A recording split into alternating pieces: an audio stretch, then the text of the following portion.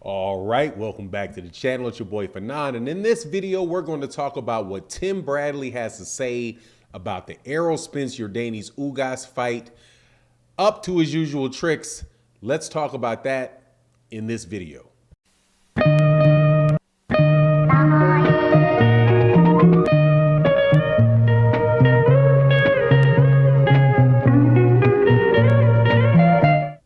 All right, welcome back to the channel. It's your boy Fanon. In this video, we're going to talk about the best fight coming up in the next couple months, and that is the Errol Spence Jr.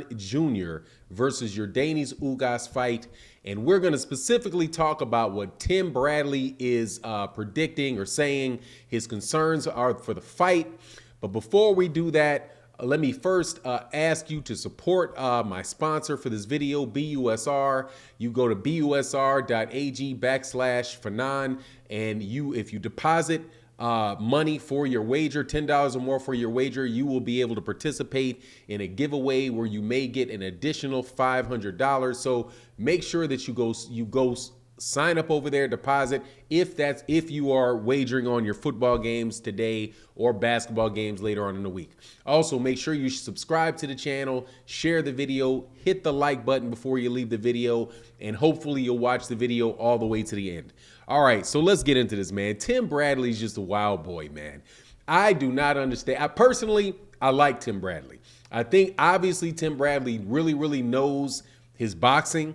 He has, in my opinion, over the last couple years that he's been with ESPN, he has been pretty consistent in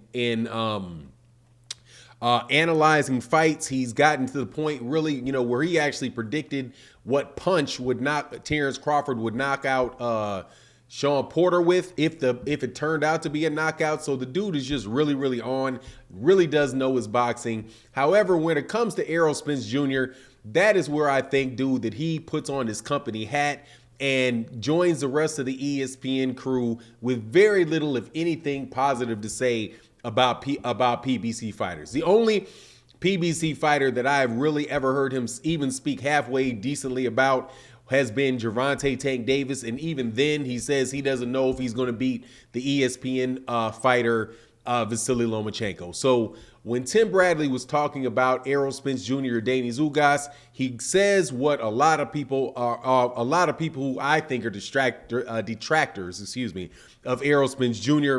are saying, and talk about how, the eye injury makes him nervous, the car accident makes him nervous, the fact that they believe that his body is breaking down and all of that, right? Now, I don't think it's unreasonable to say that if somebody's in a major car accident, that may affect them, right? But this particular instant, Errol Spence Jr. was in a car accident 2 years ago, and he came back, fought Danny Garcia, beat Danny Garcia, did not look like he had any issues with mobility, did not look like he had any type of issue throwing punches or anything like that. And Danny Garcia is not an easy fighter to beat. He is a world-class, top-level fighter, right? So coming back and beating Danny Garcia, coming off the shelf, I don't understand why. And then Errol Spence himself said, yeah, he felt like he was about 60%. I thought he said about 60% fighting Danny Garcia. But I thought that the biggest problem with Errol Spence Jr. wasn't the stuff with the car accident. I thought the issue with Errol Spence Jr. was his training and conditioning and the things that happened before the car accident, because those are the things that he was talking about after he fought Mikey Garcia and after he fought Sean Porter, was saying, that, he had so much time in between fights when people were not fighting and people are avoiding him, that he would allow himself to balloon up in weight, and he really wasn't training and doing all that stuff in between the fights. So his fights wound up having to be, a fat camp, right? So he pretty much, to me, I think that is the biggest issue with Errol Spence Jr., or was the biggest issue with Errol Spence Jr.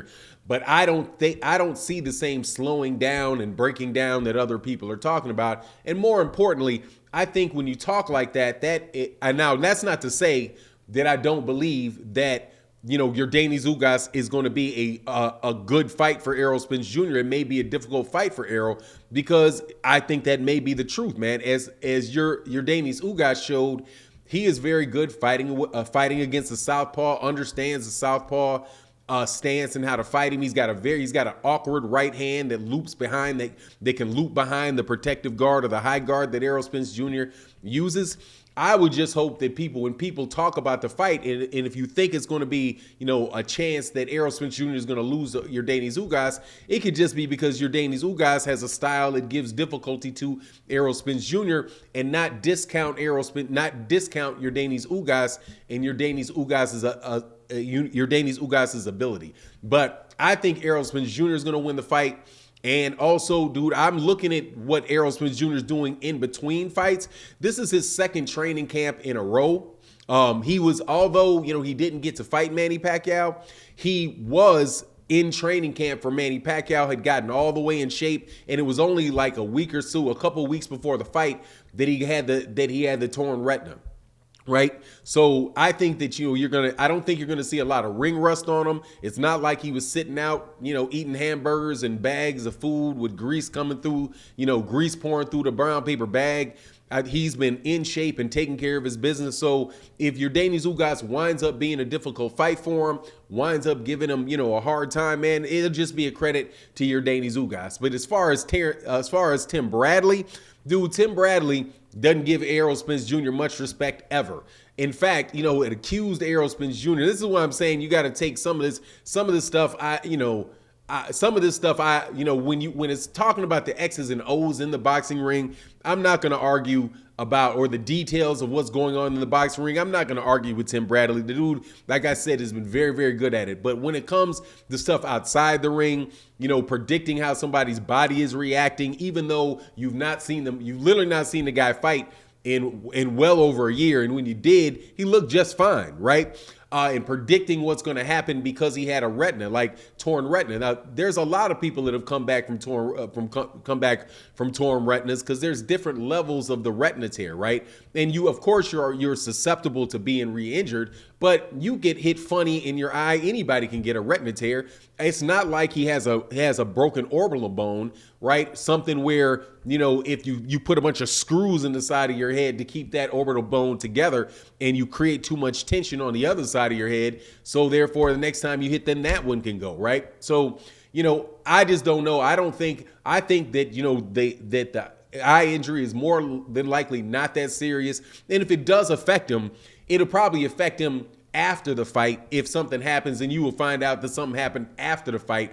I don't really know whether or not that's going to affect him in a way where it's going to prevent him from fighting. Because the last time that he, actively fighting in the ring and actively defending himself, right? It's not as if he had torn ligaments in his knee, or he had torn ligaments, or he had a broken hand or something like that, where if he hit somebody wrong, his hand can swell up, and he can have those type of issues pop up. With the retina injury, at least the last one that happened with him, he didn't even know that could have happened in sparring. It could have happened with, his kid could have kicked him his baby could have, kicked him in the eye or something like that. He doesn't even know when that retina tear took place. So clearly it didn't affect his vision in a way, where he couldn't train and couldn't fight. If they had not caught that in a doctor's exam, you wouldn't even have known it was there. So I just don't, even if it was in the same state that it was when he tore it, I just don't know how that's gonna actually affect him in the fight, right?